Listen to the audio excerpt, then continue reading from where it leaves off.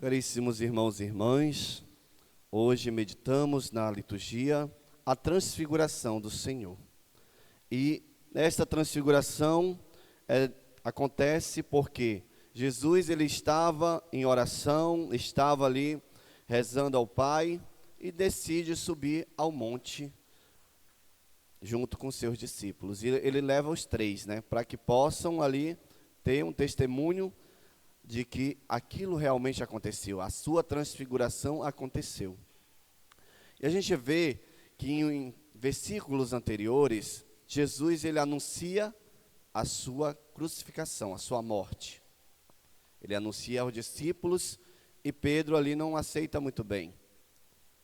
E aqui, justamente quando Jesus ele sobe ao monte, com eles três, com Pedro, Tiago e João, e ali a sua transfiguração acontece.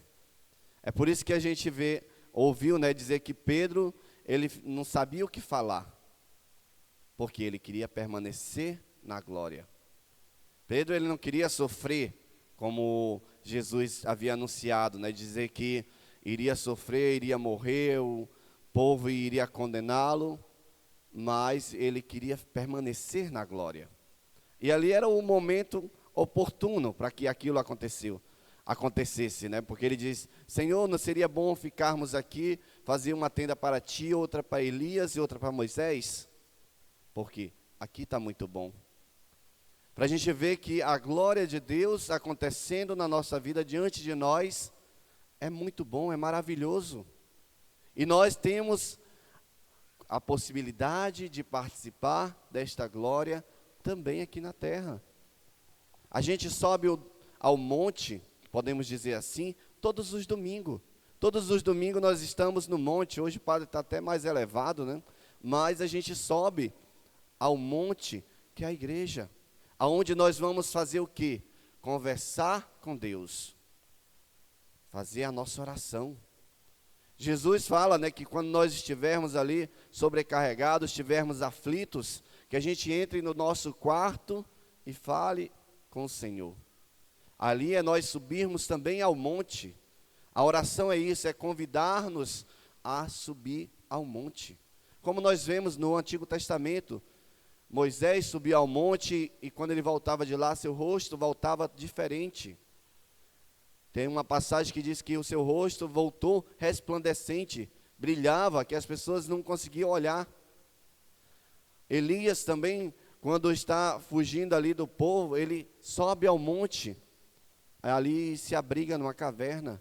O próprio Cristo, no Sermão das Montanhas, ele sobe ao monte para conversar com Deus, para estar próximo de Deus. E a gente vê tudo isso acontecendo porque o Senhor nos mostra o caminho, que é através da oração, não aquela oração que a gente só fala, mas o Senhor sabe o que nós queremos. A gente fala o necessário e escuta o Senhor falar de volta conosco.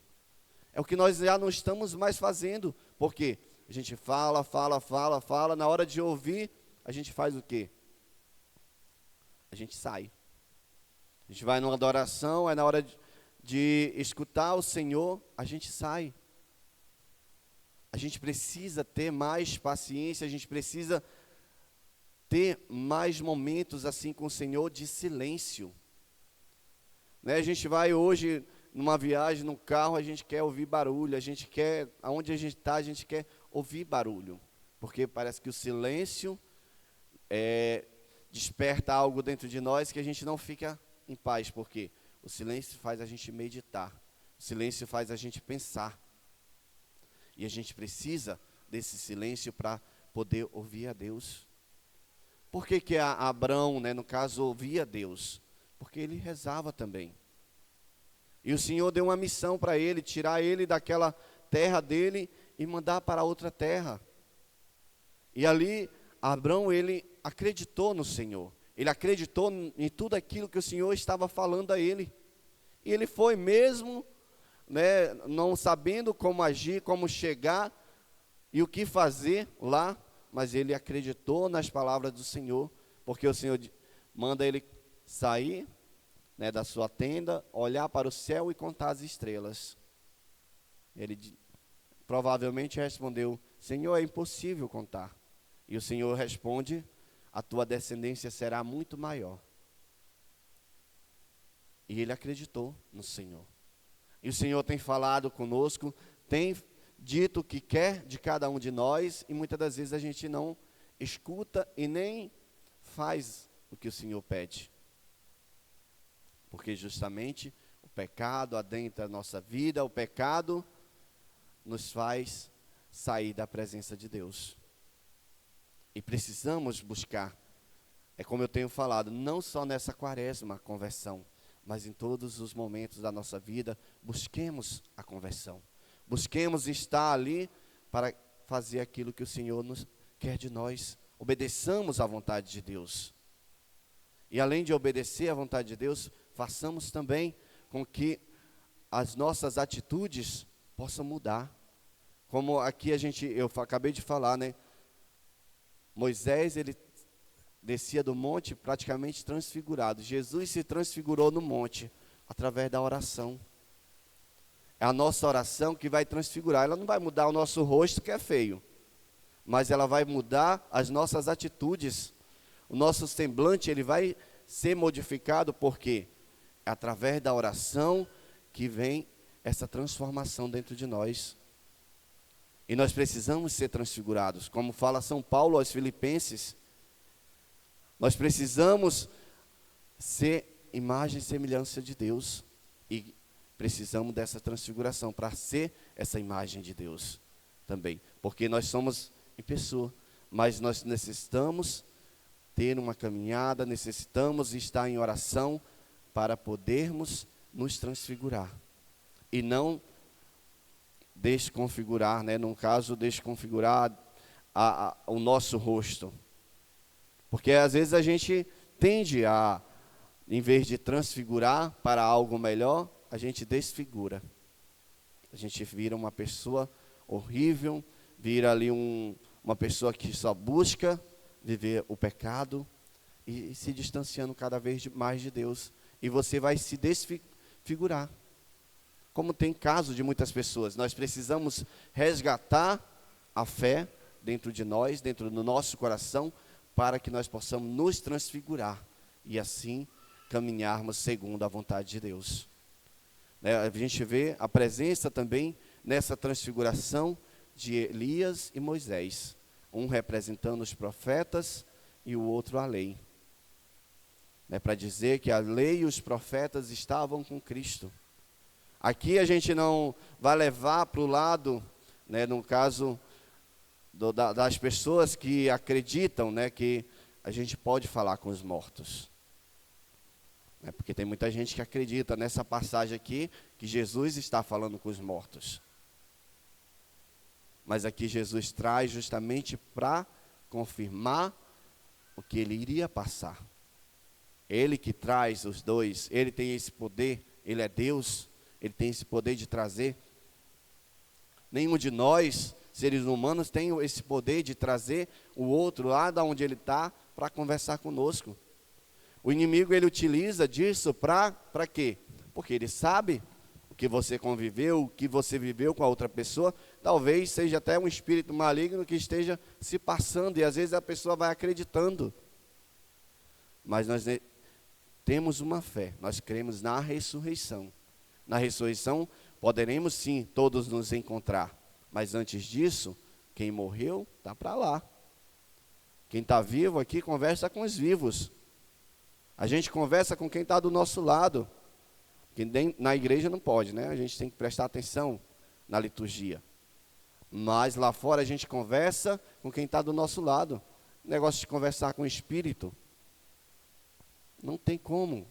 A gente precisa conversar com quem está vivo e com o próprio Deus. Porque Deus está presente no meio de nós.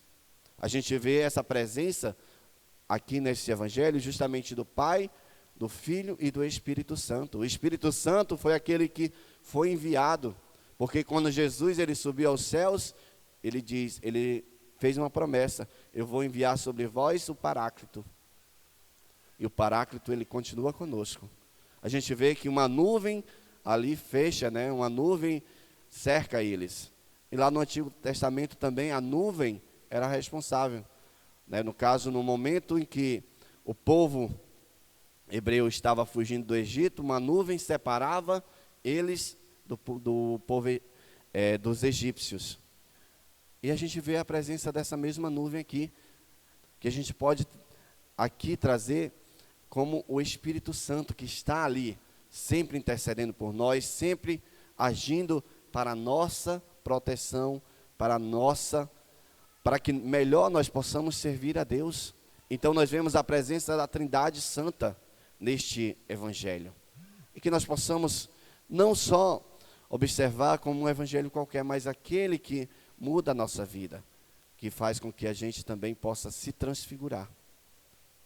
Né, a gente vê aqui, em cima do altar, na hora da transubstanciação, é Jesus que se torna pão. Né, aquele pequeno pedaço de pão se torna carne, se torna o próprio Cristo, que se dá a cada um de nós.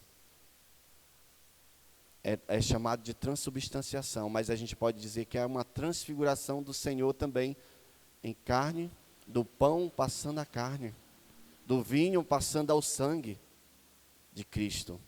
Então acontece isso na nossa vista, né, diante de nós, e às vezes a gente não dá tanta importância. Porque eu observo, mesmo estando aqui concentrado, eu vejo que tem muita gente na hora da oração eucarística, as pessoas estão olhando para o lado, estão conversando. O momento da gente prestar atenção na transubstanciação, as pessoas estão conversando.